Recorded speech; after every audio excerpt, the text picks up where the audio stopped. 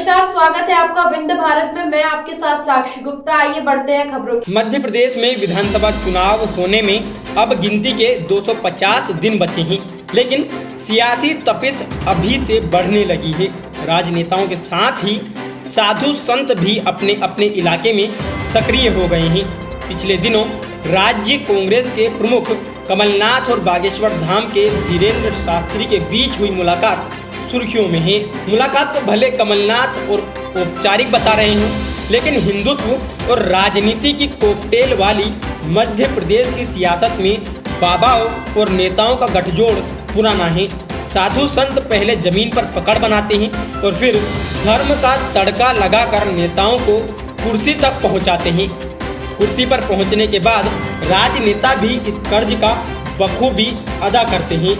कथावाचक उमा भारती के सियासी उदय के बाद मध्य प्रदेश की राजनीति में संत भी खुद सक्रिय होने लगे।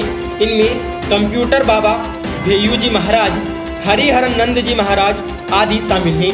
हाल ही में बागेश्वर सरकार के दरबार में नेताओं का आना जाना तेज हो गया है, जिसके बाद उनके सियासी करियर को लेकर भी चर्चा शुरू हो गई है। ऐसे में सवाल उठता है कि मध्य प्रदेश की सियासत में साधु संत क्यों सक्रिय होते हैं और इनका बोलबाला कैसे बढ़ता जाता है। तो आइए इस स्टोरी पर आपको हम आज विस्तार से बताते हैं। पहले हम आपको बताते हैं कि सत्ता के लिए साधु संत क्यों जरूरी है।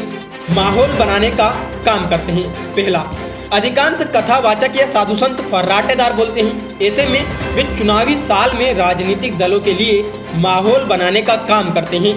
कंप्यूटर बाबा पहले बीजेपी की शिवराज सरकार के पक्ष में माहौल बनाते थे, लेकिन आश्रम पर छापे पड़ने के बाद घूम घूम कर सरकार के विरोध में बयान दे रहे हैं। चुनावी साल में राजनीतिक दलों को ऐसे लोगों की विशेष जरूरत रहती है जो किसी मुद्दे पर जनता के बीच माहौल तैयार करे। साधु संत इस काम को बखूबी से अंजाम देते हैं, जिस वजह से राजनीतिक दलों को खूब संतों का साथ भाता है। 2018 में नर्मदा और छिपरा सफाई को संतों ने ही मुद्दा बनाया था, जिसका उज्जैन, भोपाल, नर्मदापुरम आदि जिलों में खूब असर हुआ। महाकौशल प्रांत में बीजेपी को नुकसान का भी सामना करना पड़ा था। कथा के जरिए साधु संत जमीनी प्रचार करते हैं। जी हाँ, बुंदेलखंड, निमाड़ और मालवा भाग में कथा का बहुत ही ज़्यादा प्रचलन है। ऐसे में इन इलाकों में जो पॉपुलर कथावाचक होते हैं, राजनेता उन्हें बुलाकर कथा करवाते हैं। भागवत कथा के दौरान कथावाचक नेताओं का खूब गुणगान करते हैं, जिससे लोगों के बीच बढ़िया प्रचार हो जाता है। इतना ही नहीं, कई संत नेताओं को पार्टी का टिकट दिलाने में भी मदद करते हैं। सत्ता में आने के बाद नेता भी संतों और कथावाचकों का कर्ज उतारने में कोई कसर नहीं छोड़ते। समर्थकों से वोट की अपील करते हैं।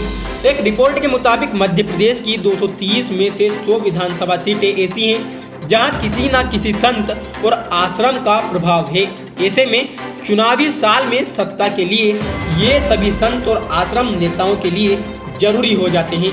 कई बार संत सीधे तौर पर वोटरों से किसी पार्टी के पक्ष में वोट करने की अपील करते हैं, तो कई बार अंदरूनी तौर पर संदेश भेज देते हैं। दोनों ही सूरत में राजनीतिक दलों को फायदा होता है। करीबी मुकाबलों में संतों की भूमिका और ज़्यादा बढ़ जाती है। हर चुनाव में 30 से 40 सीटें ऐसी रहती हैं जहां जीत का मार्जिन 5 से 10 हजार के बीच रहता है। रक्षा कवच के रूप में भी साधु संत काम करते हैं।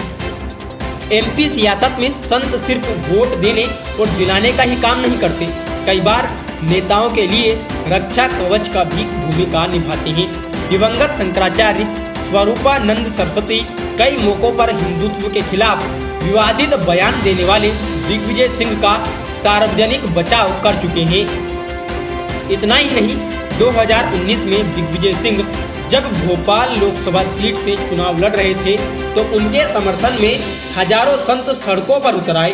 बीजेपी ने प्रज्ञा ठाकुर को उतारकर दिग्विजय सिंह को हिंदू विरोधी बताया था। अब आपको बताते हैं कहानी साधु और कथावाचकों की, जो पॉलिटिकल गेम के बड़े खिलाड़ी हैं।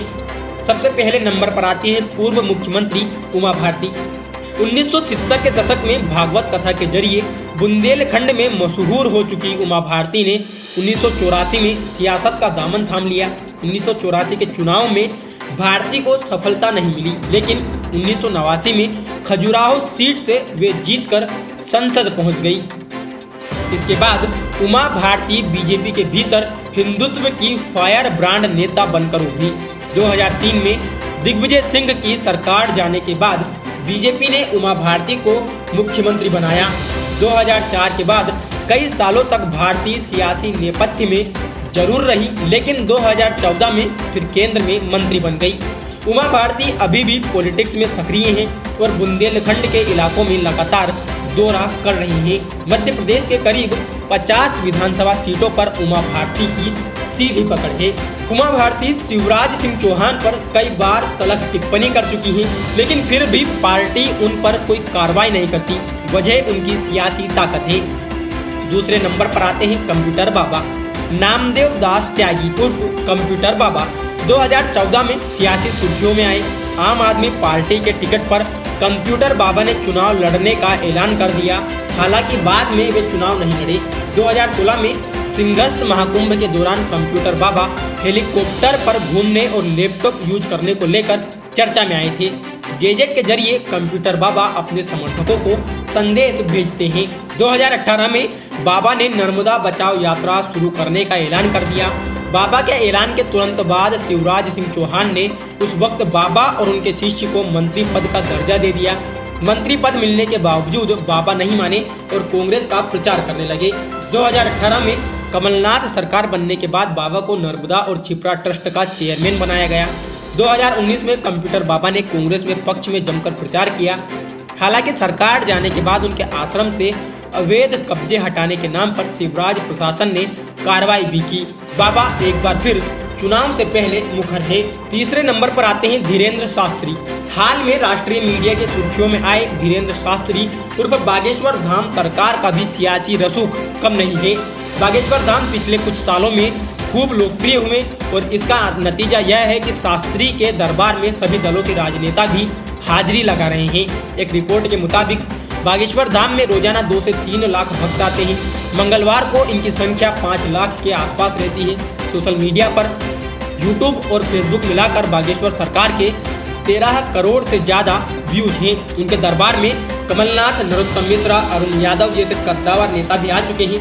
बागेश्वर महाराज मंच से हिंदू राष्ट्र बनाने की बात कह चुके हैं। हालांकि राजनीति में सीधे तौर पर नहीं आने की बात वो कह चुके हैं। बागेश्वर धाम के लाखों समर्थक होने की वजह सभी पार्टियां परिक्रमा करने में जुट गई हैं।